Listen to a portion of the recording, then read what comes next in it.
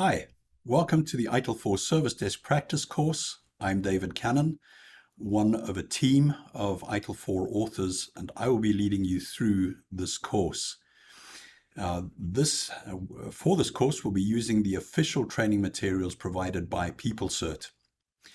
And with that in mind, please note that this is copyright material, so please don't copy it to distribute it. By all means, apply it within your organization.